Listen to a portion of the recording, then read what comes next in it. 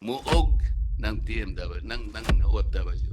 You know what muog is in English, Mr. Secretary? Refuge. Mapagsasantigan ng OFW. Ito po yung dapat nating ilaban kahit makarating. Kahit saan makarating, ilaban natin. Hindi yung, when I say legal protection, this is the primary need of most, if not all, OFWs already posted in the host countries. We're talking, meron ba kayong legal representatives to protect the rights of our workers, Yes, Madam Chair. of Mr. migrant Majority. workers? In this particular report, you summarize your advocacies as to how you would like to lead the department. And I summarize some of them, and correct me if I am wrong.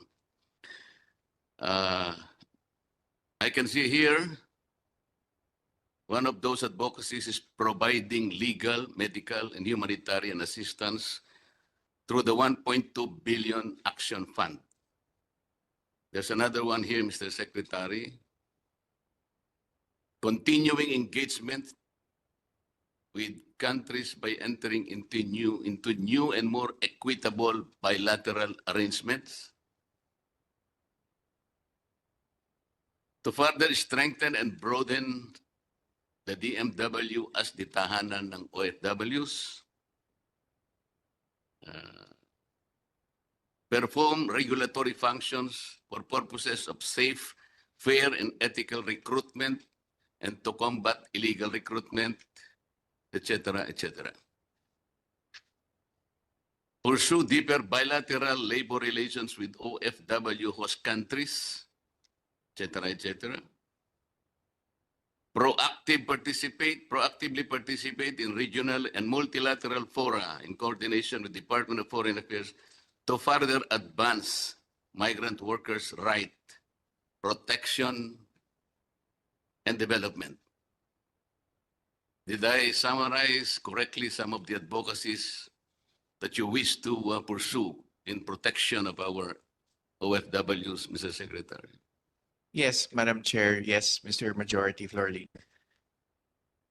Can you please explain how you will operationalize these protective measures that you have just outlined? Because earlier in your opening statement, you said about rights-based approach. This is very important because I believe when the OFWs are already working in the host countries, they're very, very vulnerable. Not only domestic helpers, which are now being called household service workers. Kahit na skilled and semi-skilled workers are also vulnerable. Pag nando na sila, if they are deprived of effective and adequate protection, I mean legal protection, because most of them, for example, in Saudi Arabia, which is the most favorite destination of our OFWs, physical, emotional, mental, and even sexual abuses are suffered by these workers. How do you operationalize the protection that you have indicated, Mr. Secretary? Thank you, Madam Chair. Thank you, Majority Floor Leader. Of course, I'd mentioned the preventive side, no, which I will no longer. Oh, we know dwell about the upon. preventive already. I'm Yes. talking about they're already Yes. posted Yes. there. Yes. They're already Once- working. Once they are there to operationalize it, sir, we have our migrant workers offices with labor attaches on board. We now have them in 39 destinations in all the Gulf states, in all the countries with the high concentration of OFWs. May presensya po tayo doon.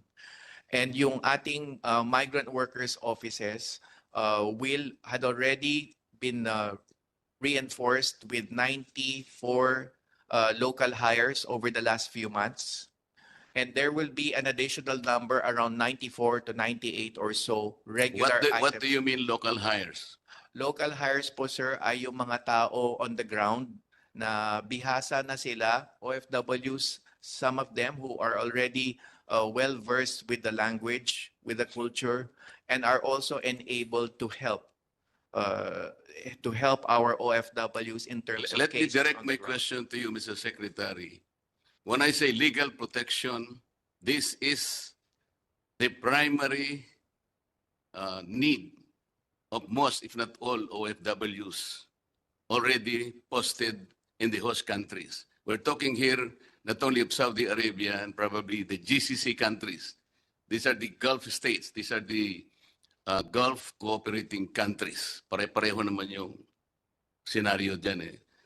How do you legally protect the oppressed, the maltreated? I begin with the physically abused, the mentally abused, emotionally abused, and even sexually abused. If you talk about the hirings in the MWOs, these are the migrant workers offices. For example, in Saudi Arabia, you have 3 MWOs. Am I correct, Mr. Secretary? Yes, yes, Mr. One in Secretary. Jeddah, one in Riyadh, and one in Al Khobar. Yes, Madam Chair. Meron ba kayong legal representatives to protect the rights of our workers? Yes, Madam Chair, Mr. Majority Floor Sino Leader, po sila? we have legal retainers that we have hired all throughout the kingdom.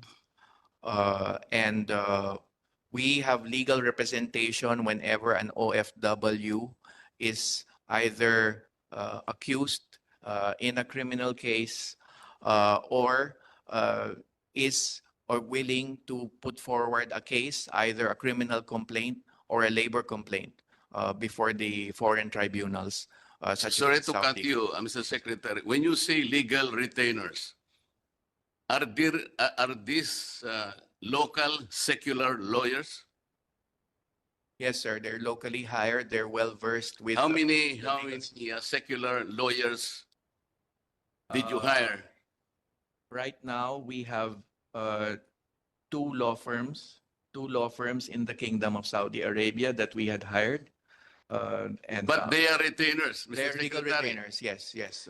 We provide legal assistance. If you hire only legal retainers in JCC countries, hindi ba 100 cases lang bawat isang retainer? Is that correct? Hindi naman po ang arrangement. So you have to check your facts because I know, I have researched this. Kasi ang gusto namin, can you imagine these are vulnerable citizens of our country? They are on their own and they are expecting adequate and effective protection once they are there. Kasi po, ang pagkakasabi natin, they are living dynamic modern day heroes, sabi mo kanina. They are even co-architect of our national development. You said that earlier in your own opening statement. So let us provide them with adequate, effective protection. Legally speaking, pag retainer po, Mr. Secretary, 100 cases lang po yun. How much do you pay the legal retainer? Secular lawyers. For example, in Riyadh, how many secular lawyers did you retain? Yes, as I've mentioned, there are two law firms that are representing us all throughout the kingdom. All throughout the kingdom. Madam Chair, we have our migrant workers offices have specific instructions to provide the maximum assistance in terms of cases that come our way. So we will not necessarily be limited to 100 cases. In fact, we are also looking at the prospect of hiring more lawyers within the kingdom. We are just starting with these two sets of law firms, Madam Chair. But rest assured, we will strengthen our legal representation, and there are specific instructions to not just go within a limited quota with respect to legal cases that we could handle.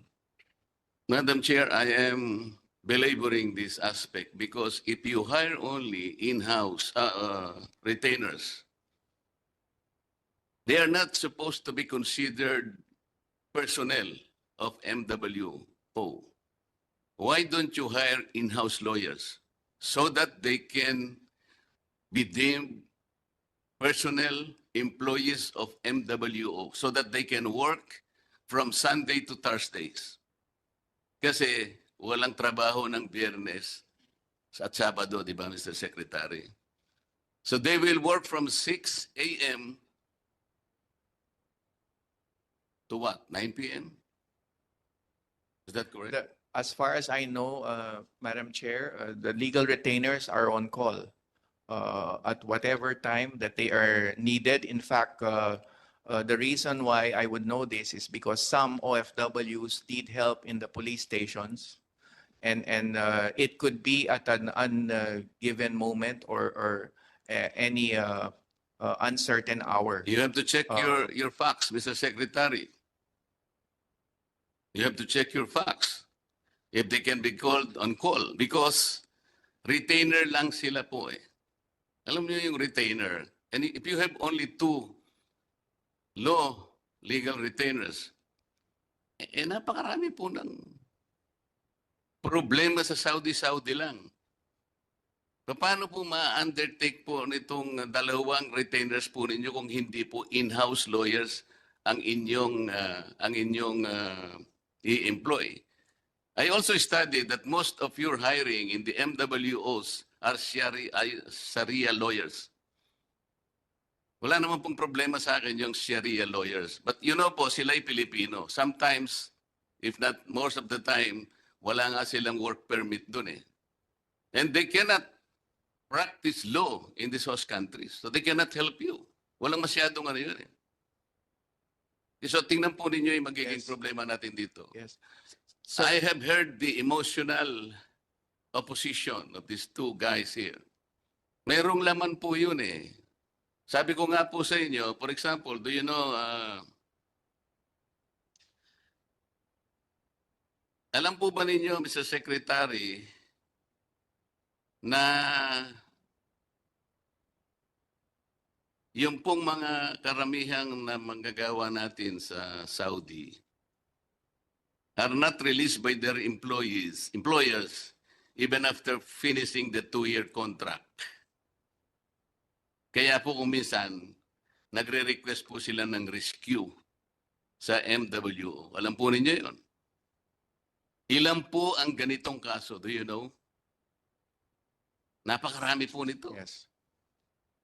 Well, first Hindi of po, all, sinasabi ko lang po sa inyo. Alam din po ba ninyo na it is very extremely difficult to transfer employment because under the present law of the Kingdom of Saudi Arabia, kahit na meron pa silang tinatawag na reform initiative, labor reform initiative, notwithstanding this labor reform initiative, the employers of OFWs are still given the right to object to the transfer. Ito yung problema. Kanina sinasabi nyo, you are strengthening your bilateral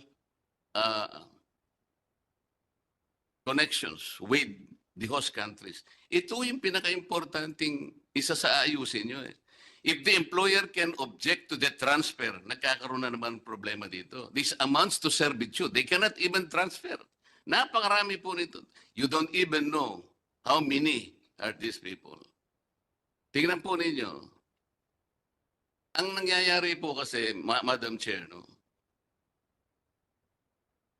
Correct me. Nung pong itatag ninyo yung one repatriation command center, ang naging default ng DMW is to repatriate. Kunwari merong naabuso, whatever. Ang palaging iniisip, ayun, repatriate, kumisan nga, deportation, yun ang pinakamabilis. Because you set up a one repatriation command center. Parang nagiging negative eh. Ang dapat po natin gawin, Mr. Secretary, we have to defend the rights. You have to vindicate the rights of OFWs. Hindi yung palagi na lang nating Eh, pinauwi na lang natin. Paano na yung karapatan ng ating wala nga yung napoprosecute na employer sapagkat ang ginagawa natin, pinauwi na lang. So wala nang magko-complain. Ito po yung problema. Oh, minsan po nahihirapan silang mag-transfer. Bakit po? Alam po ba niyo yung AbShare app, Mr. Secretary, operating in Saudi Arabia? Do you know that? I have heard of it, Mr. Congressman. Yung AbShare app, Mr. Secretary, is a web portal. It's a smartphone application. Dito po lahat na ilalagay. Pwede kang mag-renew ng license, pwede kang mag-renew ng iyong passport, at pwede ring ilagay ng employer dito o ang kanya hurub. Alam po ninyo yung term na hurub. These are runaways. Tumatakbo po sila for one reason or another. Ang dami pong mga problemang ganito.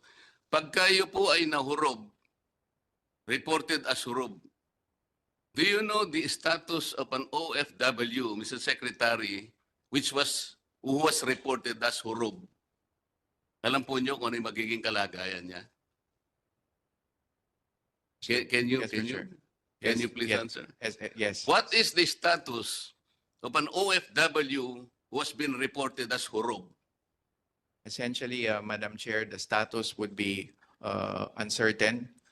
Yung kanyang status will be may pending case po siya, and under the immigration rules doon po sa host country ay hindi po siya makaka-uwi o makakaalis.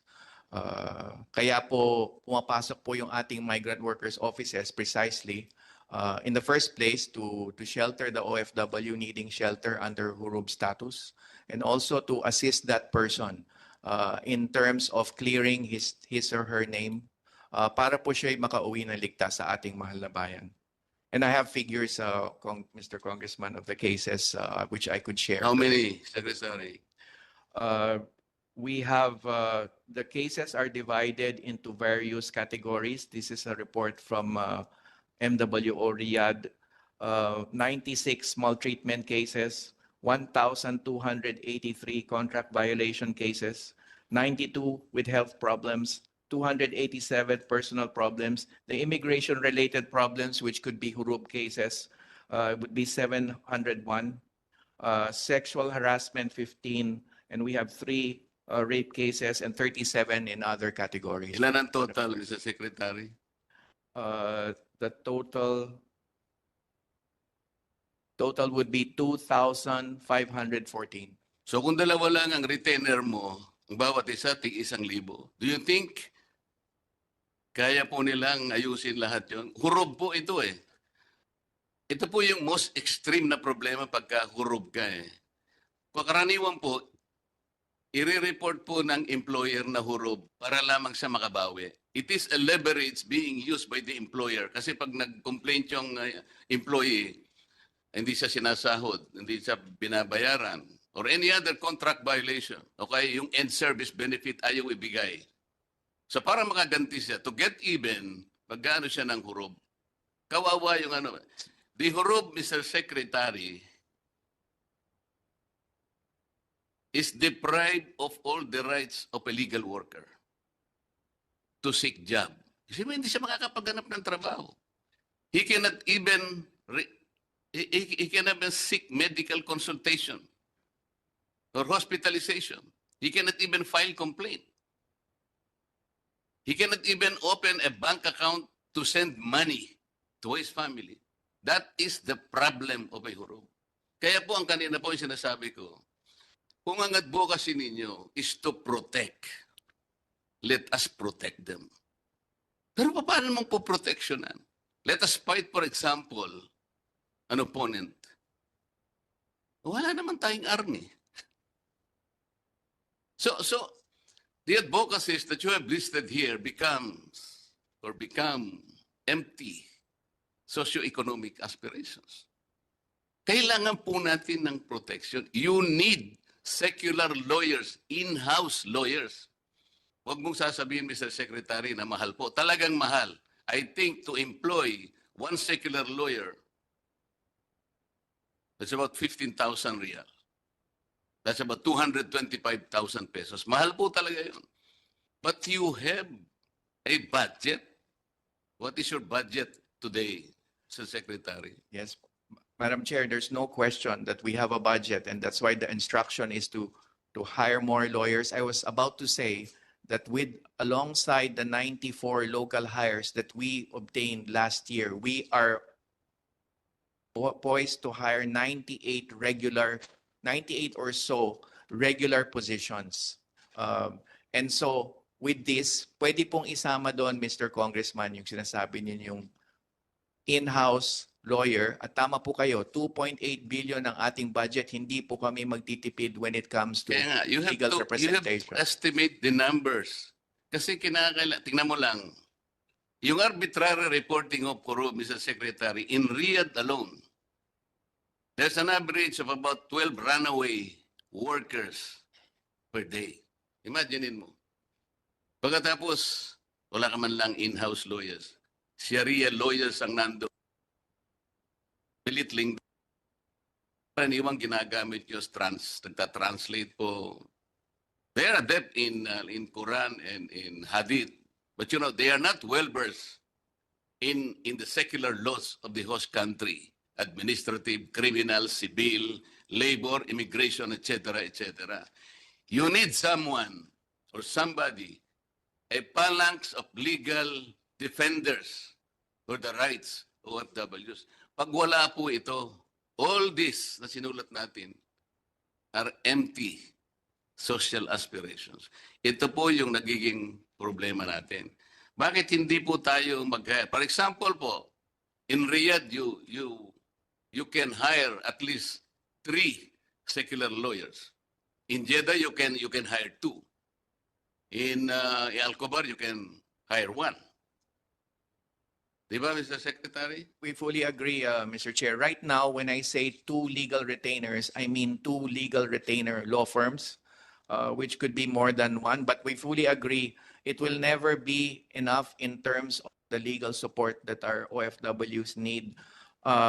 I sought confirmation, Mr. Chair, that indeed our legal retainer law firms are required to provide 24/7 services. Kasi nga po, sometimes ang nature ay kailangan talagang may puntahan na distressed worker. And rest assured, Madam Chair, Mr. Congressman, that we will maximize our legal assistance efforts. Pangako ko po yan.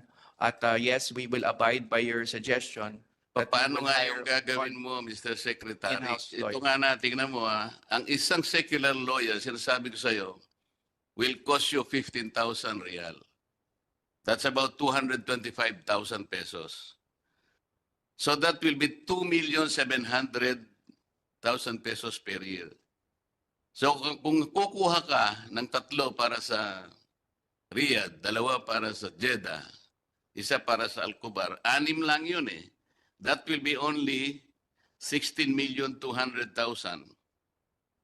It's only 1/2 of 1% of your budget. Bakit hindi ganito yung sabihin natin? Ang palagi natin sinasabi, spiritual reflection, okay lang po yun eh. But let us protect those who are nandun na po sa field na po sila. Yes, Madam Chair, we fully abide and agree with the suggestion, the point made by the Honorable Congressman, and rest assured we are on the path of strengthening our legal services. Our MWOs have been carefully instructed to increase the legal retainers and mindful, of course, of the quality ng kanilang hinahire na mga abogado. And again, to reiterate, we had hired 2 legal retainer law firms and not necessarily individuals. So, ang dami. For example, do you know, Mr. Secretary, that the burden of paying the expired ICAMA and work permit is shifted to the worker? You know that. Yes, yes, Mr. Chair, and that too is included by the assistance efforts that we can undertake. And we do pay immigration fines, including ICAMA fees, as we speak, to OFWs out of that action fund. Yun na nga, isa-isayin ko yung how many of these skilled workers na nagtatrabaho sa mga mega companies in Saudi, for example, na mayroong expired ICAMA and work permit. Do you know the number? Ang dami po nito. When their contract is finished, Mr. Secretary, Madam Chair, the new employer cannot accept them because the current employer, the old one, shifted the burden of paying the penalty of renewal of ICAMA. Alam po niyo kung magkano? Alam po niyo kung magkano yung renewal, Hawak Mr. yung Secretary? amount sa ngayon. But as to the question ng ilan, 701 nga po yung immigration-related programs as I reported. But right now, I have to be honest, hindi ko alam yung exact fees. But rest assured, Madam Chair, that our MWOs are instructed to pay off in whatever amount the immigration-related fines or fees, including ICAMA fees. No, but the report of the PIR of the Commission, Mr. Secretary, indicates that you've been working for 23 years. I studied this for only 2 days. Alam niyo kung magkano yung amount po ng penalty? The average cost ranges from 9,500 reals or 142,000 pesos up to 13,000 reals or about 195,000 pesos every year of non-renewal. Problema po ng mga workers ito. Ang dami po nito. Tingnan po ninyo yung mga household service workers natin, Madam Chair. Kung minsan, ang dami po nito, you do not even know how many of these, bigla na lang silang itatransfer ng kanilang current employer sa new employer. Nangyayari po ito. Problema po ng mga domestic workers na ngayon po'y tinatawag na household service workers. Kahit na paano natin pagandahin ang tawag sa kanila, that's not even important. Importante ang pagandahin natin. Paano natin sila po proteksyonan? Yung pong mga foreign recruitment agencies, kung minsan kinakasangkapan itong mga employers na to, for a hefty amount of something like 225,000 to 450,000. Malaki po ito eh. I know that many times ang MWO pupunta po para kunin yung ating yung ating domestic helper. Na kung minsan naman nakukuha natin. And yung old employer na may kasalanan na siya nag-transfer, babayaran niya yung bagong employer sapagkat nagbayad. Ang problema, Mr. Secretary, maglilinggar na naman siya doon sa ating bahay Kalinga hanggang hindi naayos ang kanyang problema. Kamukha po ng mga huruf. Magtatagal siya doon because of an ineffective legal service. Wala po talaga. Tatagal yun. Hindi natin kailan matatapos yung mga huruf cases at saka itong mga ito sapagkat kulang nga tayo ng mga tao na sila talagang lalaban para sa kanila. Ito po yung problema. Yung erring employer is not penalized, wala pong tetestigo para sa kanya dahil pauuwiin natin siya because of the one repatriation command center. Tingnan po ninyo sa isang advocacy, Madam Chair. Tahanan ng OFW. This is our vision for TMW. Tama naman eh. But if I may suggest, Madam Chair, dapat hindi lang tahanan eh. Muog ng DMW, ng OFW. You know what muog is in English, Mr. Secretary? Refuge. Mapagsasantigan ng OFW. Ito po yung dapat nating ilaban kahit makarating. Kahit saan makarating, ilaban natin. Hindi yung palagi na lang nating pinauuwi.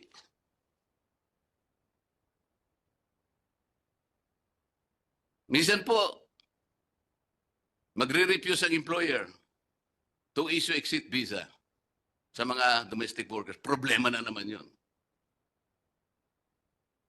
Kasi nag-abscond yung domestic helper. For several reasons. Yung sinasabi nating mga pang-aabuso and so on. So mag-abscond siya ng contract. Ang gagawin ng employer, wala siyang exit visa. Anong mangyayari sa OFW? Pupunta na naman po sa bahay kalinga. Ganito po yung problema natin. Unless and until you provide an adequate and effective legal protection to our OFWs, our problem, hindi natin mariresolve even in the near future. Magtatagal at magtatagal po tayo. Ilan po, Mr. Secretary, ang OFW natin with pending cases na hindi po ma-repatriate o ma-deport because of a policy in Saudi Arabia and in other Gulf states na kapag meron po silang kaso o kaya meron siyang pending claim, hindi siya makakauwi unless bitawan niya yung claim niya. So, ba't naman bibitawan ng claim ng OFW? Karapatan niya yun. So, maglalagi na naman siya doon sa ating bahay kalinga. Problema na naman natin yun. Hindi dapat ganun ang mangyari.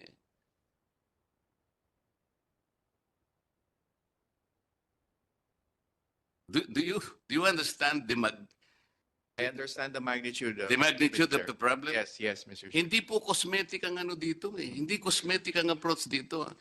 Yung oppositors, may validity yung problema ang sinasabi nila eh. Tiningnan ko po lahat ito eh.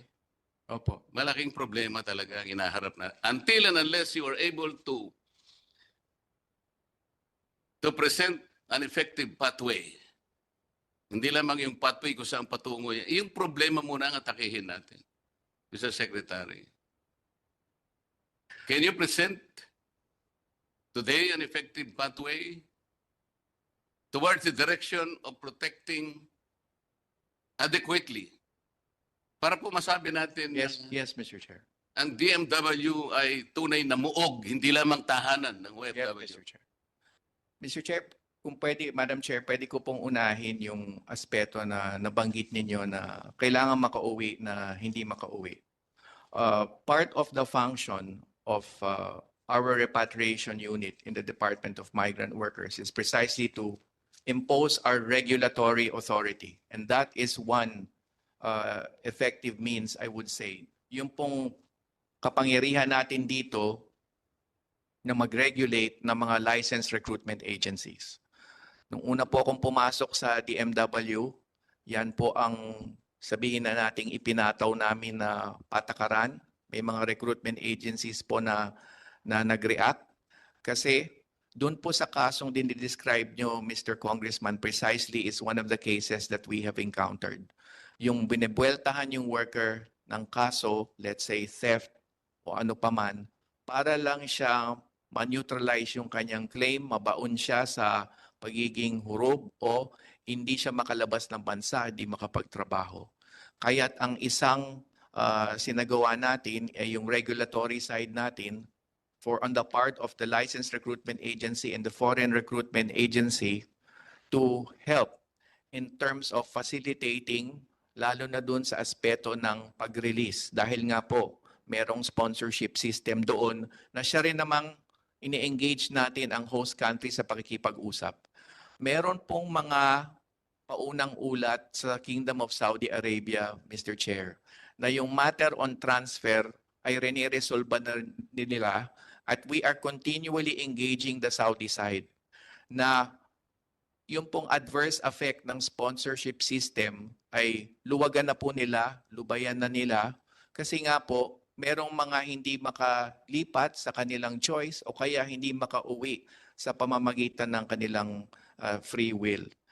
Doon sa aspeto ng pathway po ng pagtulong, malinaw po sa akin, una, na kailangan may sapat tayong tao. Kaya ang bungad ko pong sagot kanina ay yung tulong ng local hires, pagkakaroon ng supplementary or counterpart regular kapantay, no? So may 90 plus local hires, may 90 plus din tayong regular hires in that same part of the world. Number two, yun pong local hires na yun as you had described and the regular personnel as you had described, Mr. Chair, nakaangkla sa kanilang mga assistance to nationals desks in terms of pagkakaroon ng outreach, malaman yung mga kaso that come their way. At through our lawyers, sabi nyo nga po, pwedeng in-house at yung ating legal retainer law firms ay agaran pong magbibigay ng tulong. Agaran pong magbibigay ng rescue kung nasa police station, pupuntahan sa police station. Kung kailangan pong puntahan sa bahay kasama ang police authority, sasama po yung legal personnel natin doon. At sabay po pagsampa ng kaso sa karampatang legal tribunal, kapulisan o korte sa Saudi I'm sorry Arabia to cut you, at Mr. pag-manage Secretary. po ng kaso. Alam na natin yung processes. Ang sinasabi lang natin, what we need is the correct number of people that will be hired by MWO para po itong legal issues na to ay talagang matugunan. Kasi po kung dadalawa lang po yung retainer, paano naman nilang matutugunan ng libu-libong kaso? Mga tao lang naman po ito at retainer lang sila. By the nature of their employment, they cannot even attend to more than 100 cases. Ito po yung diretsuhin natin. Hanggang ngayon po, hindi nyo nakukonsider yung sinasabi natin. Meron naman kayong budget. Siguro, I don't mind if you hire 100 siguro na mga secular lawyers corresponding to your budget. You can even raise a budget to fund this intended hiring of secular lawyers. How will you do it? Tingnan mo, Mr. Secretary. Be imaginative enough to do this. Ang isang OFW, binabayaran ng isang Saudi employer of not less than $6,000. Is my information correct? Ang isa pong hire, binabayaran yan ng Saudi employer, 6,000 6,000, depende dollars. sa skill set, sir. Kung skilled workers po ay pwedeng umabot sa $6,000 kada buwan. But of course, iba po ang No, let's say sweldo po. $6,000. Okay. Do you know how much the Philippine government is getting out of the verification fee? Magkano po? Meron pong around $10, I think, per verification document, sir, per contract. Magkano po yung $10? $10 is around 500 plus pesos, sir.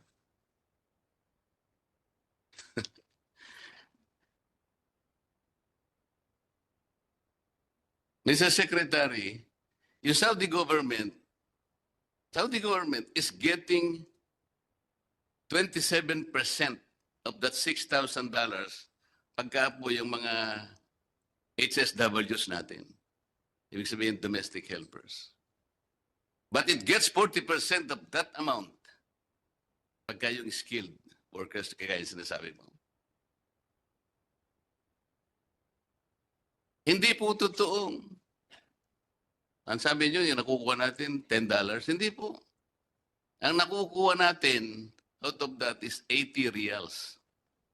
Katumbas po ng 21 US dollars. Isipin po ninyo, $21 ang napupunta lang sa gobyerno ng Pilipino. That's only 1/3 of 1% dun sa deployment fee. Pwede naman natin pagbayarin yung mga Saudi employers ng magbigay ka ng additional $200 because we need to protect our OFWs. This is the gist of the matter, Mr. Secretary, Madam Chair. The protection of our workers is indispensable. Kahit burlalo yung pa natin, they are modern day heroes. They don't need that. Sorry po. They don't need that. The protection, the effective The total protect. Ang sinasabi po niyo kanina, Mr. Secretary, with all due respect, are palliatives. What we need are Panacea measures.